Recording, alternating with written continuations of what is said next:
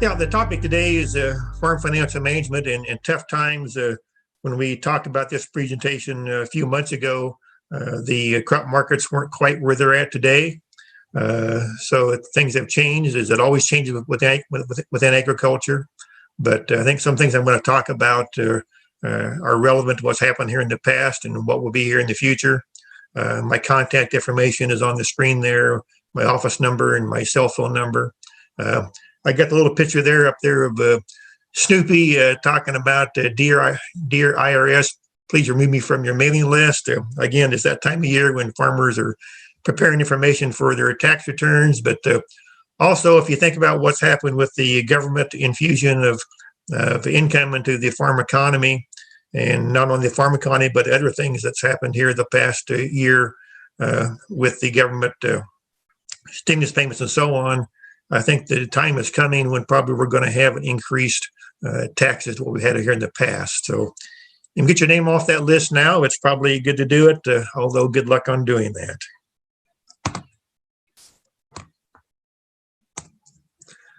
Just to kind of lead off a little bit, the situation that we're in with agriculture. This is a graph that's showing the value of farm assets from 1970 through 2020. And as you can see with the graph here, that we're really at all-time highs for asset values in agriculture. And that's really helped to hold the balance sheets together for farm operations, mainly because of the increased price of farmland. We all know what's happened with farmland prices, and here in the past, just a couple of years, they continue to go up. This year, we showed about another 1.97% increase here in Iowa. I think with the commodity markets the way they are today, and also with the infusion of government money into agriculture, that my guess is we'll probably continue to see those values go up even more here in the next couple of years. But again, it's a good news thing for ag balance sheets.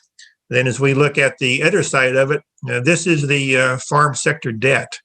And as you can see here back in the 80s during the farm crisis years, we were all-time highs for farm debt. But as you see here, what's happened the past few years, we're rapidly approaching that debt that we had back in the 80s. So again, we have good asset values. But the other side is that we also have more debt in agriculture. Again, a lot of money being borrowed to purchase farms with. The interest rates have been low, which has kind of enticed that. But again, debt levels are high along with the asset values. And as we look at that from a farmer's balance sheet standpoint, again, the balance sheets have held pretty decent from a net worth standpoint and from a debt to asset ratio. But the real problem in agriculture has been the current ratios. And that current ratio is reflective of their working capital. In other words, how much money do farmers have available to purchase seed, fertilizer, chemicals, feed, and so on. And that's the red line here in this graph. And as you can see, it's continually decreased, that current ratio, over the last few years. And that's been the problem with agriculture, is losing working capital in the farm operations and having to borrow more money for those crop inputs. And the working capital has got pretty tight here the past few years. And that's where you've seen a lot of refinancing going on. A lot of farmers had equity in land and were able to refinance that land and take some of that current debt, roll it into their long-term loans at lower interest rates and longer payouts, and improve that working capital. But that's happened a lot, and pretty much most of that's probably been done, and probably not a lot more to do with that. So it's a good news thing that we do have better crop markets today, because we need to replenish that working capital into these farm operations. So in 2020, we had income from crop sales. We had crop insurance, especially up in the derecho issue here through the central part of Iowa. We had ARC and PLC payments in some counties in Iowa. We had the market facilitation payments, which funneled money in agriculture.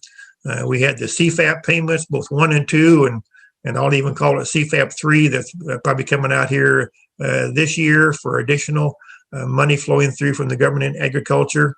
And then we have the Paycheck Protection Program loans, and those were forgivable loans. And here just a couple of weeks ago, they came out with news that you do not have to reduce your expenses if you took out those loans. So in essence, they're tax-free loans. The SBA, the Small Business Administration, they pay off the bank on those loans, and so those loans are forgiven. And again, here just a couple of weeks ago, there's a new round of these PPP loans that are out there for farmers to possibly qualify for. It depends whether or not they took out their first loans and how much they used for those first loans here last spring. So again, a lot of money flowed in from the government into agriculture. This graph here just kind of shows that. You can see from 2010 to 2020, the amount of money that's flowed through in agriculture from the government. Upwards of $40 billion have came from the government and flowed into agriculture. And that's really helped and, keeping a lot of farmers afloat and making up some of the differences that we had because of the trade disputes that we have with China. And we had, low yields and low commodity prices. So this has really helped. But again, I would not expect this in the future. So we need to kind of take into account, that this income probably is not going to be there in the future. And we need to get back to profitability with our farm operations based on our input costs and our production. This graph here shows, again, this comes from the Economic Research Service out of USDA, but what was predicted back in February of 2020 from a cash income standpoint was about $109 billion. In other words, a decrease coming into 2020 from the farm sector. Then here, this is of September the 2nd from 2020, again, reflective of all of the government income that came in. So it went from 109 up to $115 billion from a net cash income standpoint for farm operations, actually showed an increase in income versus a decrease. So again, a lot of the profitability in farm operations really has come from the government in 2020. When you look at farmers' income statements, roughly close to 40% of their net farm income has come from the government. So again, going ahead here in the future, we need to take that into account and not rely on that. Now I'm going to get into a kind of a case study that I put together here a few years ago, called him Joe Farmer or Joe and Jill Farmer. And I think it's reflective of what happened after the peak years of 2009 through, 2013, really. Kind of the golden years in agriculture. We had those good prices for corn and soybeans and so on. But once we got through that period of time, then we started having a decrease in the commodity markets. The profitability wasn't there. And what was kind of going on with farm operations during that time frame? Again, right now, we're looking at probably similar things to what happened back in that 2010-11 timeframe with the commodity markets that we have today. But again, as we well know, what goes up can come down and things can change. So even though this is kind of past history, I think it's good to reflect on it to see, in your farming operations, what can be done in some of these circumstances. As we look at Joe Farmer's balance sheet here, he has an excellent net worth. $2.6 million of net worth. His current ratio is 2.26. Again, anything above 1.5 is really considered to be fairly good. A lot of working capital, $272,000 of working capital. Again, money that could be used to purchase inputs, and about a 21.7% debt to asset ratio. From a balance sheet standpoint, Joe Farmer is in good shape. I think any bank would like to have had him as a customer. And that's the way a lot of farmers were in agriculture back during this time frame. Their balance sheets looked good, but the real problem came into the profitability of the farm operations and not necessarily on the balance sheets. Joe Farmer here, he's farming about 1,200 acres. About 1,000 acres of that is rented. He owns 223 acres. He has a loan on his combine and tractor for about $300,000, and has also a land note of about $301,000. Has a 5% interest rate on that.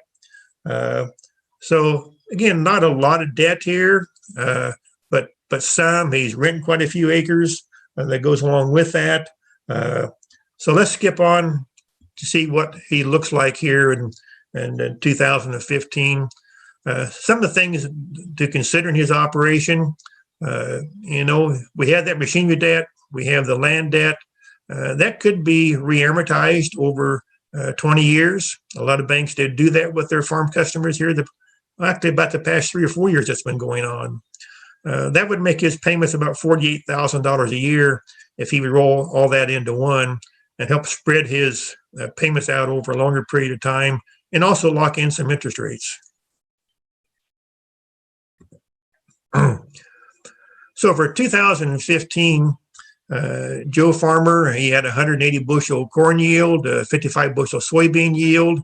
The prices at that time were $3.90 for corn, $10 for soybeans. And the program here I've used to put this together is called FinPack. It's out of the University of Minnesota. And FinPack can be utilized to do a lot of what-if type scenarios. I've used it for several years, and it works very well in doing that. But Joe Farmer, if he does nothing, if he makes no changes in 2015, he lacks about $94,000 and being able to meet his loan payments. So he's short $94,000. Is he going to make those payments? And the answer is yes. Where's it going to come from? It's going to come out of that $272,000 working capital that he does have. So he's by no means the bank going to foreclose on him. But again, he's eating that working capital. What happens if Joe Farmer would let go of a couple hundred acres that he has rented? Again, he's paying $257 an acre for that rent, which isn't really a lot in most scenarios. But sometimes we'll hear, well, you need to cut back, you need to reduce your acres, maybe get a little more efficient in your operation. But in this case, if he drops that 200 acres that he's farming, actually the situation gets worse, not better. He's now short $104,000 because now he has all those fixed costs that he has spread over fewer acres. And it happens in a lot of cases. You have those fixed costs built in. Just because you cut back on acres doesn't mean that they all go away. So not a very good scenario there by trying to reduce acres. What happens if he could cut his expenses by $100 an acre?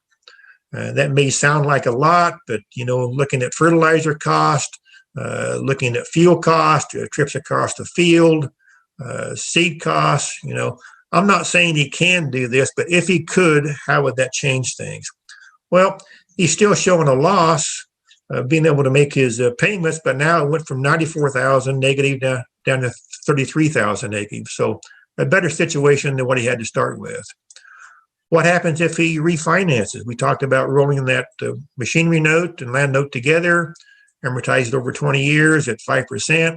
If he does that, it also shows a negative 33,000, but again, much better than that 94,000. Or what happens if we go to a fair rent scenario? There is a program out of the University of Minnesota called Fair Rent, where you can plug in your yields and prices and your costs and so on, and it will calculate a fair rent for you that you can afford to pay and meet your obligations. And we also have some spreadsheets also through the extension service on Ag Decision Maker. I think C2-20, I believe, is one of those. Also, you can plug in numbers to see what would happen. But if he could reduce his rent down to $177 per acre, now he's only short about $28,000.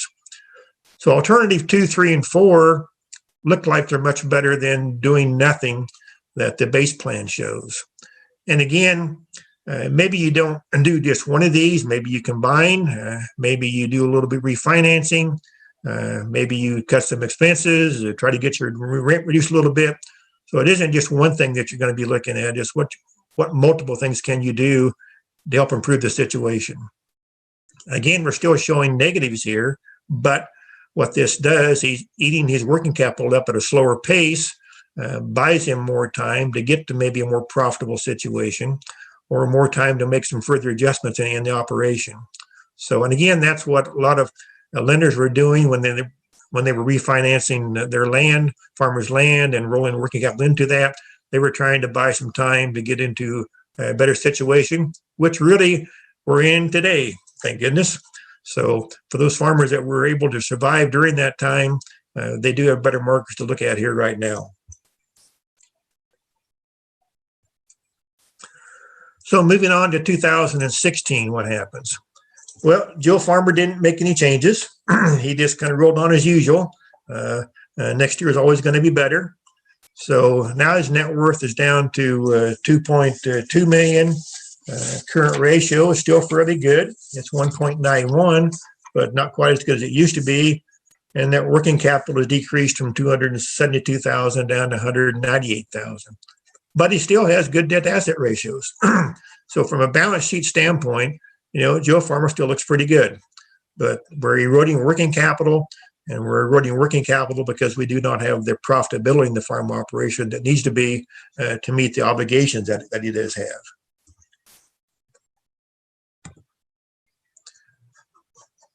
So in 2016, if he were to make any changes, what would happen? Well, 2016 rolled around and we had better yields than usual. We had 210 bushel corn. We had 65 bushel soybeans. Prices were not quite as good, $3.40 for corn, $8.75 for soybeans. Again, because of that, 2016, we're only down about 25,000 versus that 94,000 he was down in 2015. So better situation, but still negative. If he were to, at this point, refinance, actually, we start showing positive numbers here now. We got 42,000 to the good if he were to refinance. Or if he were to refinance and cut expenses by 10%, and now we're a positive $77,000. Or if we were just to have better prices, and the better prices, I think were $3.90, I think, on corn and $9.75 on soybeans, I believe. But through better prices, we're a positive 61,000. So again, he has alternatives. Whether you take advantage of those alternatives or not, that's his decision.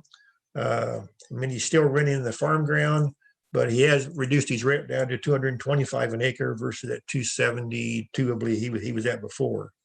So better situations if he's willing to make those changes. Again, one of the things I'm trying to point out here too is that if you find yourself in a situation where things aren't looking good, you need to be proactive. You just can't keep hoping that next year is going to be better.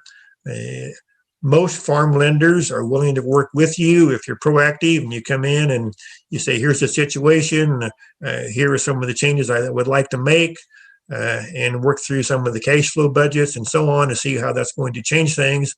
But walking in the day the note's due and say, I can't make the payment, is what most lenders do not want to hear. They want you to be proactive and making some modifications or suggestions ahead of time.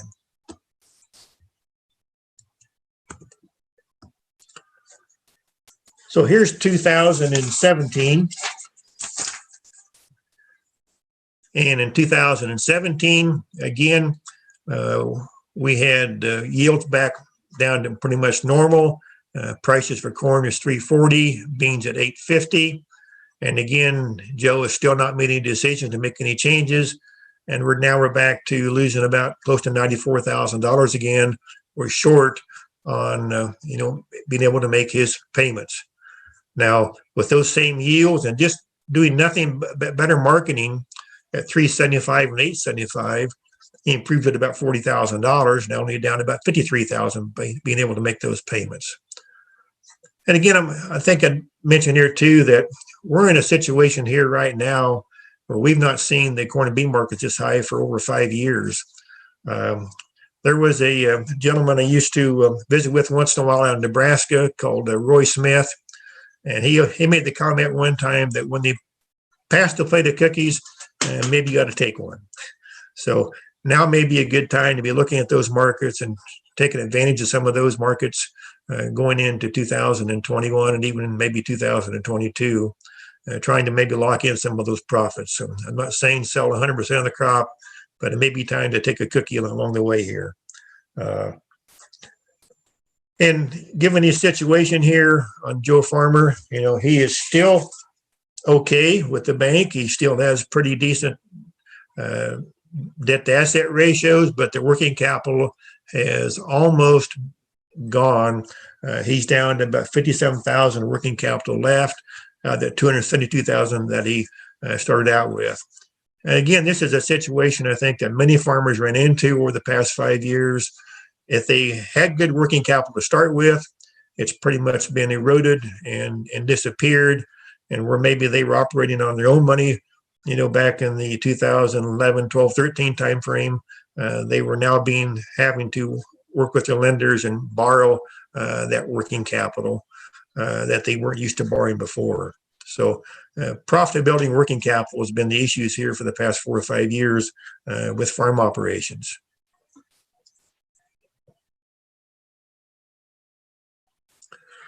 What's happening with the input costs for corn and soybeans? I just kind of put together these graphs a little bit so we could take a look to see what's happening over time here. But back in 2016, we saw some of those costs coming down. The blue line is for machinery. The red line is for seed, fertilizer, and chemicals. The kind of green line is the labor cost, the gray line down here. And kind of the orangish line here is the land cost, which would be rent. And then the blue line, the top of the graph there, is for the total costs all added together. So for corn following soybean, you can see where the cost did kind of come down, 16 through 18 there for some cases, but has been kind of working back up a little bit. And from 2019 to 20, costs kind of dropped around 1 to 2%. For 2021, we're looking at those probably to increase another 1 or 2%. So costs are starting to work their way back up. And again, every time you see a rise in commodity prices, for some strange reason, also seed costs, fertilizer costs, chemical costs seem to follow right along with it. So my opinion is we're going to see probably increased costs going into 2021 and 2022. So, but we're looking at around $669 or so of the total cost for putting in an acre of corn. And I think that cash rent in that case is about $222, if I remember correctly, for the cash rent. So if your cash rent's higher, your costs are going to be higher.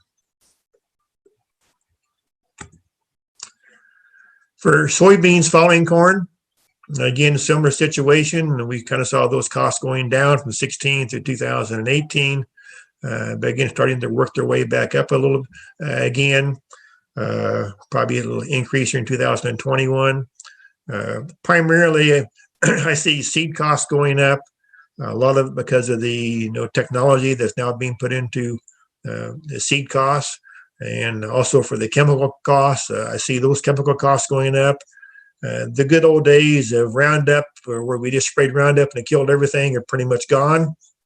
So not only have different chemicals come out at higher cost, but also it's taking more chemicals, a combination of chemicals to control the weeds.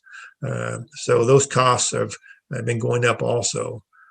Land costs have really held fairly stable the past few years, but my inclination is that with the commodity costs going up as they have, that we're going to see probably cash rents going up also coming into 2022. For 2021, they're pretty much already locked in most cases, but 2022, I'm guessing that landowners are going to want a share of those commodity prices.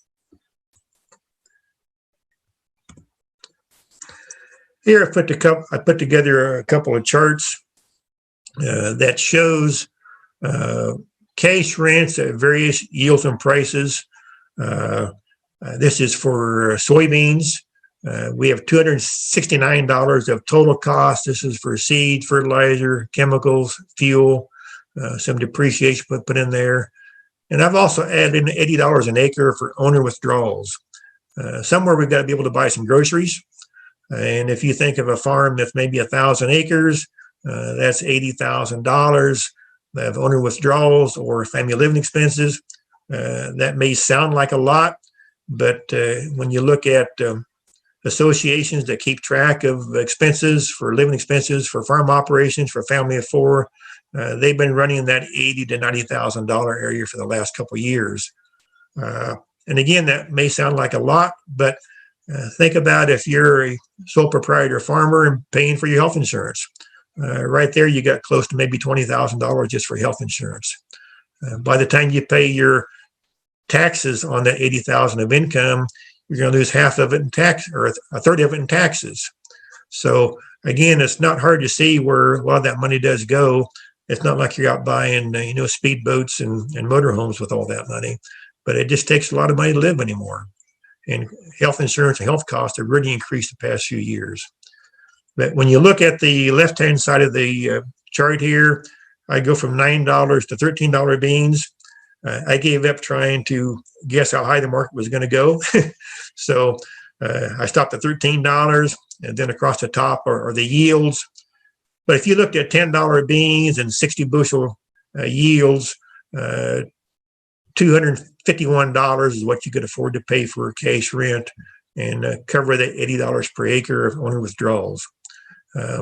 If beans are $13 and 60 bushel beans, then you could afford to pay $431 per acre and still cover your owner withdrawals. Again, those prices, they're kind of where they're at today, but we don't know where they're going to be at here in the future. But my guess is because of this, we are going to see probably cash rents probably increase over the next year or two anyway. So you can kind of take a look at this chart and, kind of see where your yields are at and what prices you expect or what you can lock in.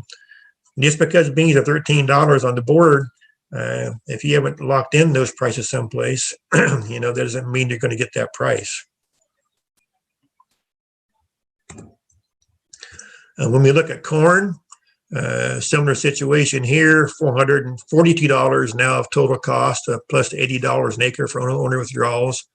And here I go from $350 to $510 for the price of corn. It hasn't been that long ago when you couldn't get $350 for corn. Matter of fact, just a year ago was where that price was at.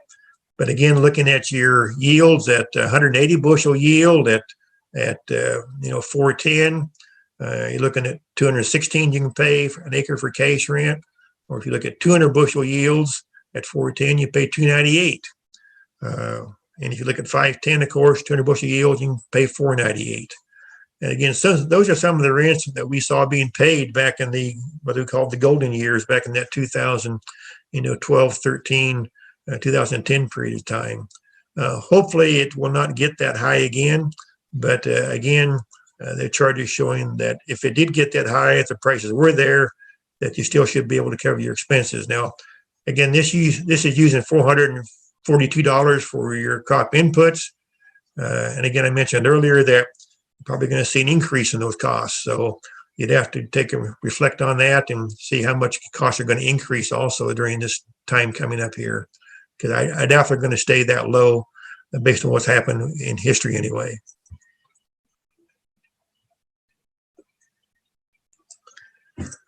Some thoughts for the future. Trying to compensate for what's happened here in the past. But I think, and I do farm myself, a small farm in Wapello County down here in southeast Iowa. But I think we can all improve our marketing. I was listening to somebody talk yesterday, as a matter of fact, on a different webinar.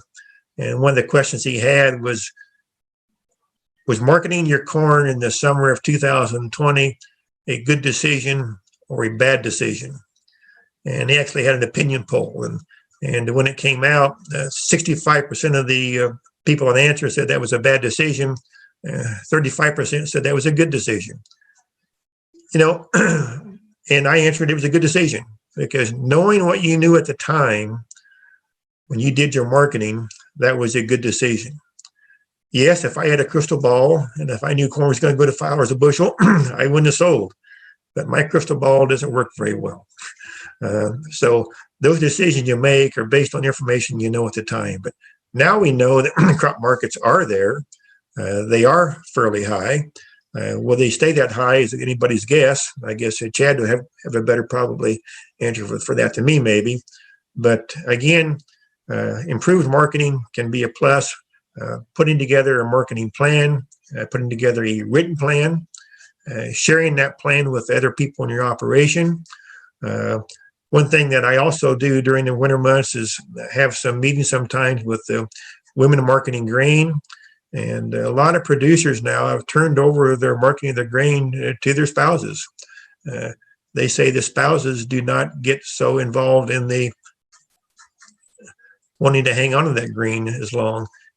As farmers, we plant those seeds and we watch them grow, and we kind of treat them like babies. Don't let them go sometimes. So we get too attached to it sometimes. So, but again, better marketing can help improve profits in the future. Controlling those costs. I've talked about costs probably will increase, but what can we do to, I guess, get better efficiencies out of that? Can we cut trips across the field, reducing our fuel costs and our machinery costs, for example? If we switch methods of farming, if we've been pretty much conventional till, can we go to a strip till or to a no-till type situation and cut machinery costs? And maybe you don't need all the machinery that you have today. And there's more and more studies coming out that the strip tilling and no-tilling does not have to reduce yields. Pay attention to details. As I mentioned, I also farm, and one of my great details is paying attention to that planter. You get one chance to plant those seeds and do it right. And pay attention to that planter, make sure it's set up right, seeds where they need to be, and so on. Timing of applications for fertilizer and chemicals also, and the details, and that harvest. Paying attention to your combine and what's going out the back end of it and getting it set correctly. But again, attention to details. Again, trying to improve efficiency. Again, I mentioned trips across the field being one. Can we make one trip and do multiple things with it? I was just reading last night, as a matter of fact, people that use cover crops, trying to attach machines to their combines to sow the cover crop as they combine, and some of those things going on. In this day and age, we have tons of pieces of data out there. We have combine monitors. You got the yield monitors. You have monitors on your planters doing things. You can now sync up your combines with your planter monitor information to know what varieties are yielding as you go across the fields and so on.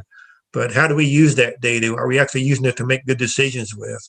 So you got that data, so now figure out how to use it to your best. Explore other revenue sources. A lot of farm operations today have had to explore other revenue sources when the commodity prices weren't as good. You see a lot more farmers doing direct marketing with a lot of their meat products. Chad and I were talking earlier.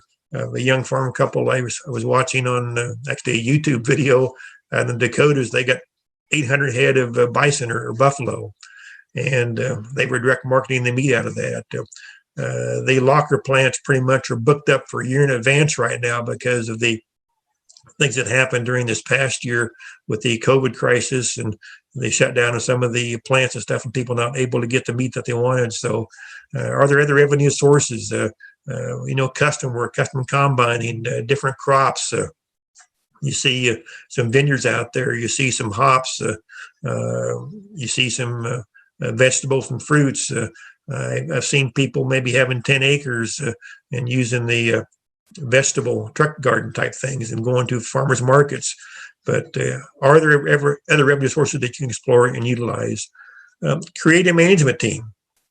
When you look at your farm operation today, especially for the larger operations, we wear many hats as a farmer, but do we do our best ability? We try to wear all those hats ourselves.